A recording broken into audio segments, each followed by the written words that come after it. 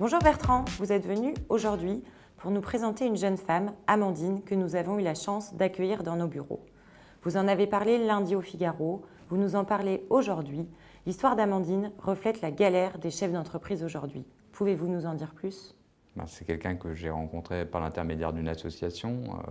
Elle était sous-traitante dans le secteur de l'automobile. Son entreprise a dû déposer le bilan suite à des délocalisations. Et après, ça a été un enfer pour elle. Moi, en tant que chef d'entreprise, quand on me l'a présenté, plutôt que de beaux discours, j'ai décidé de prendre ma part, quoi. Et de l'embaucher. Et c'est là que j'ai été confronté à un maelstrom administratif, en dépit du réseau que je pouvais avoir pour lever ces interdictions bancaires, pour régler les problèmes avec les RSI et l'ensemble des charges sociales qui sont afférentes à sa société qui était en retard. L'histoire d'Amandine que vous venez de nous raconter reflète la difficulté des chefs d'entreprise aujourd'hui. Comment pensez-vous que nous devrions réformer pour ne plus tomber dans ces travers ?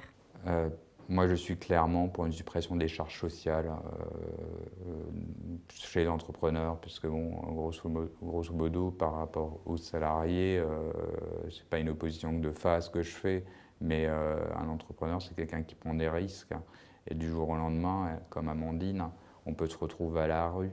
Parce qu'effectivement, nous, on n'a aucune allocation chômage, on est des risk makers, quoi, et des risk takers en permanence, quoi.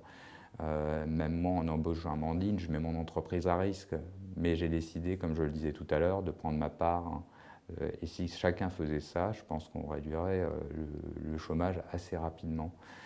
Et plutôt que de beaux discours sur l'entrepreneuriat ou des rapports qui n'en finissent pas d'encenser en ce moment l'entrepreneuriat, j'ai décidé d'agir, sachant que la seule façon de pouvoir libérer la France à la fois de son carcan de chômeurs et laisser les entreprises vivre, que ce soit les artisans, les commerçants, ou les PME ou les TPE de moins de 10 salariés. Il fallait arrêter effectivement de les surtaxer, quoi, par des charges dans tous les sens. Même moi, chaque matin, j'ai peur d'ouvrir ma boîte aux lettres parce qu'effectivement, je ne sais pas s'il va y avoir un recommandé, ça va être les URSSAF, le RSI, la CIPAV, toutes ces charges sociales qui viennent finalement tuer